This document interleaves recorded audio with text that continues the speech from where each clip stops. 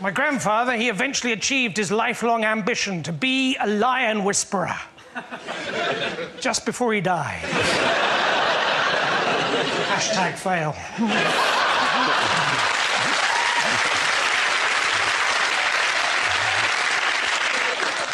My mother, she's got to the stage now where all she does is go on about who's just died. Do you remember Muriel? She's just died.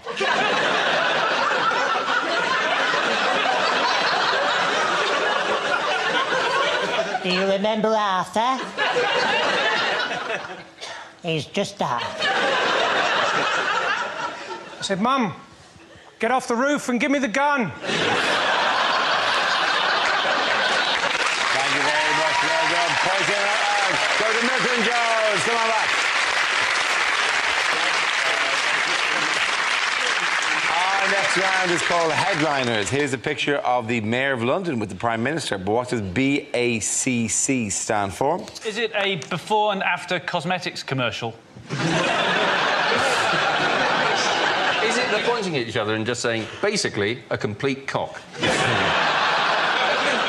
Is it boring airport conversation continues? Is Boris saying, our education policy is as easy as BAC?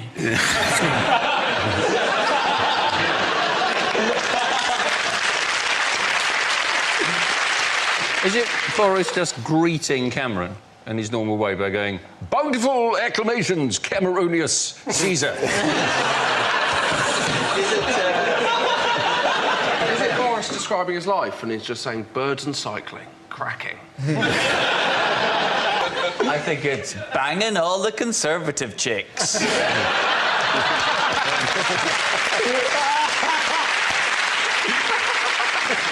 Is it the start of an alphabetical list of people who've benefited most from the Olympics? Boris and Coca-Cola.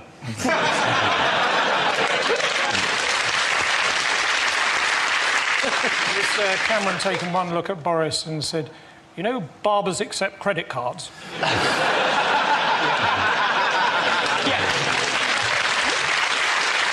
OK, we move towards the correct answer, if we can, please. Is it Boris and Cameron collide?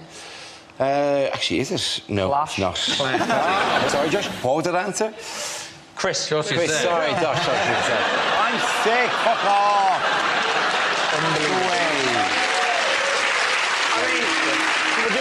How quickly do people boo you? Jesus. When he's sick, he has the decency to not show up.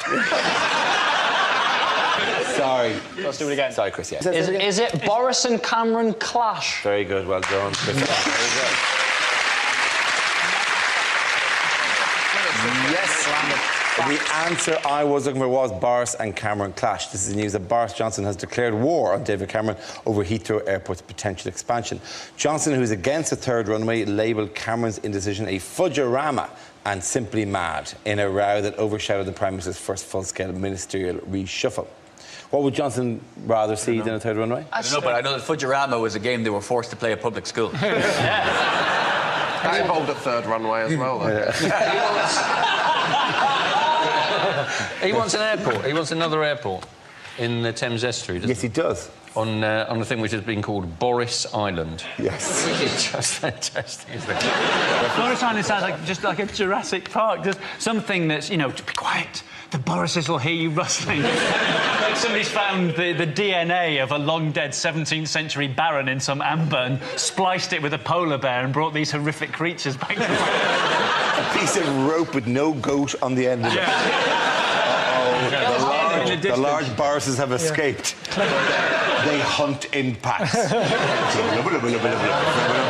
I didn't realise Heathrow only had 2 runways. Yeah. It's got 4 terminals. I presumed it would have loads of runways. It's got 5 terminals. It's got 10 Wagamamas. Yeah. It's more of a Japanese restaurant than an airport. International the ratio. Wagamama to runway ratio is out of whack. More out of whack for Heathrow than any international airport. Well, the first I read of it, there was a headline that said, Cameron plans U-turn on Heathrow runway. That isn't health and safety. Zach Goldsmith said that he'll resign as an MP if they go ahead with the third runway. And I thought, what will he do for money? That's the thing about Zach Olsen. He's anti-Heathrow, and he doesn't really seem committed to a career in politics. Because either way, he's just not in it for the long haul. Thank you. I see. I've never heard that. That's amazing. That was like a cattle market. How did Cameron do his reshuffle this week? He sat down and had a proper think about it.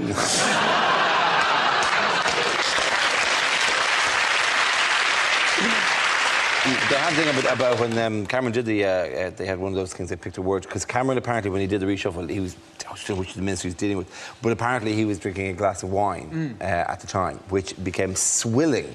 He was swilling wine. I'm not sure what exactly... That's like a trough. They go... Blah, blah, blah, blah, blah, blah. You're fired! Yeah, because they were trying to imply that he enjoyed it, and he was denying it, but he clearly had a semi on. Very good. That is a very good wine joke. Except that's a white grape. OK, let's not get ahead of ourselves. It was a strange reshuffle, in terms of the people they chose. I mean, he chose a health minister who believes in homeopathy and a transport minister who's afraid of flying. Yeah. And you might as well have gone, we need somebody for fisheries. Who's here from the Midlands? More possibly a Chancellor of the Exchequer who knows nothing about economics. Oh, hang on.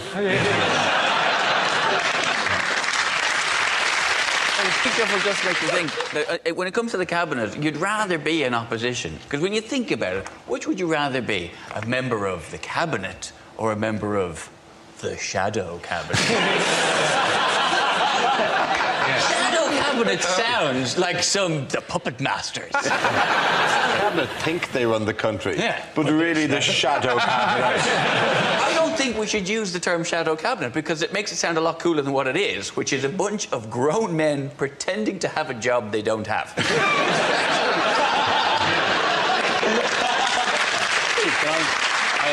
I owe you a debt of thanks, by the way, because you bought me a present recently from your holidays, which have you brought it in? I have. So it was really, really sweet. Ed was in France on his holidays and bought me a present of a thermometer.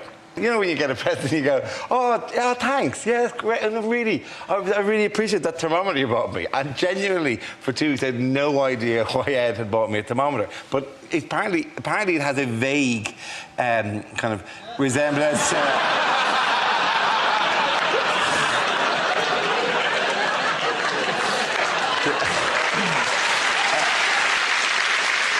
They'd even give me a hat to do this. But wait, no, wait. Oh, here we go. There we go. Look at it. That's it. Yeah, OK. And of course, with Chris, Ed and Josh.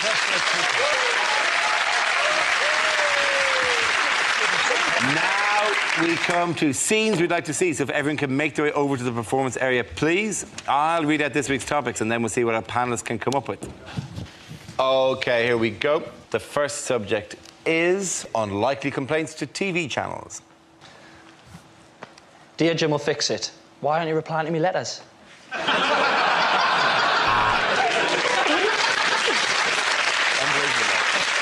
Dear Living TV, stop breathing on me, you're freaking me out.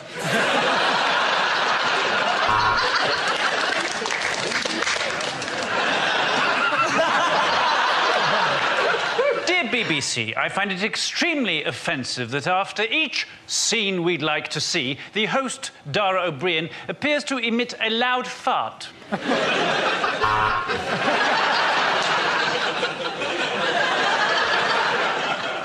Dear BBC, why have you given Andy Parsons that ridiculous wig this week?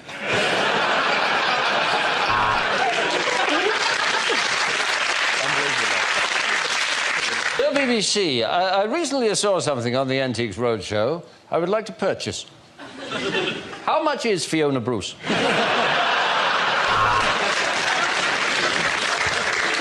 Dear Dragon's Den, I have lost my keys, and for that reason, I'm out.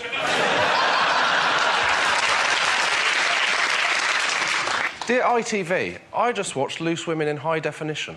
Please remove this option.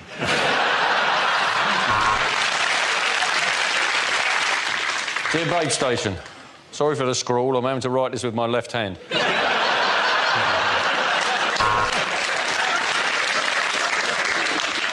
Dear Babe station. I've watched your channel for 10 hours now, and I've yet to see a film about a pig working as a sheepdog. However, I shall persevere. Dear Channel 5, I have watched Celebrity Big Brother. I think it should be renamed Big Brother. Dear BBC, why don't you get Irish comedian Ed Byrne to do a documentary about ladies' pants?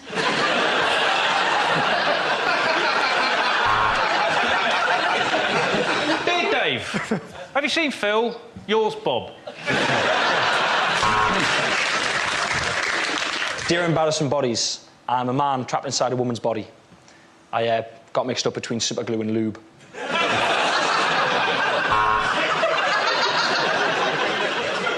Dear Dave Jarvu, have you seen Phil Jarvu? Yours, Bob Jarvu.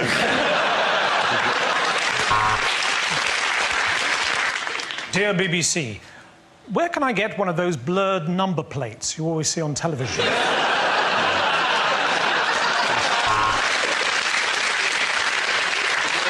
Dear Embarrassing Bodies, I think there may be something wrong with my penis. I've enclosed it in an envelope for you to have.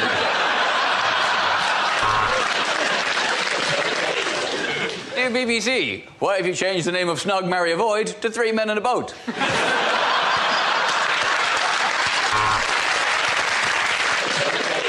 OK, the next topic is things you wouldn't hear in a survival show. Not all of us survived last night's tropical fruit juice storm. 5 alive.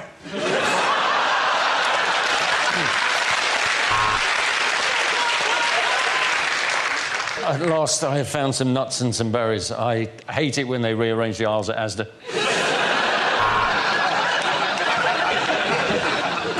We dropped Piers Morgan and Jeremy Clarkson into a remote area of the Amazon rainforest with no supplies and no means of contacting the outside world. You're welcome. There are many threats to the children of the Nabutu tribe. Crocodiles, snakes, Madonna.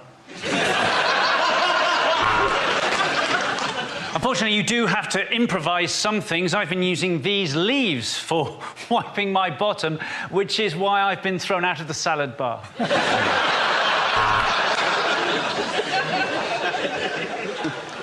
And to make this wigwam, I just used 3 poles. Because, well, they're good workers and they're cheap. It's a terrible moment when your fellow mountaineer turns to you and says he's got his arm stuck in a crevasse and you're going to have to cut it off. And then when he comes round, he says, no, not that one. Everyone in this gorilla's family has a role. Unfortunately, I'm his love bitch.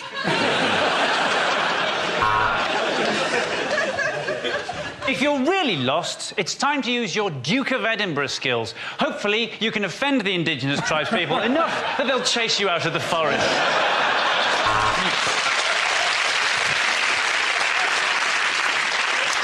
So then I'm going to show you how to make a snare, just in case, God forbid, you ever have to improvise a jazz-style drum solo. Perhaps the most rewarding thing about looking at the women of the Nabutu tribe is they have their tits out.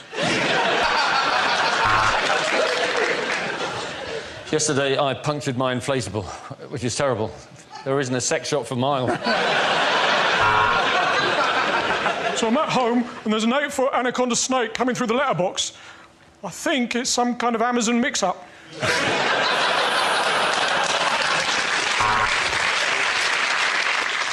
Tonight on Bushcraft, the Vajazzle.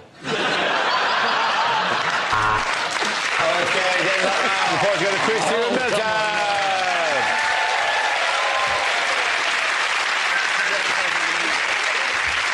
And that's the end of the show. This week's winners are Josh Widdicombe, Ed Byrne and Chris Ramsey. Commiserations to Chris Allison, Hugh Grant and Milton Jones. Thanks for watching. I'm Dara Breen. Good night. Stephen Fry's making us smile tomorrow at 10. QI's back for a jamboree with the letter J with Jimmy Carr. And with Rob Brydon tonight on BBC Two, Tom Jones, Amelia Fox and Steve Backshaw at 11:20 after Newsnight.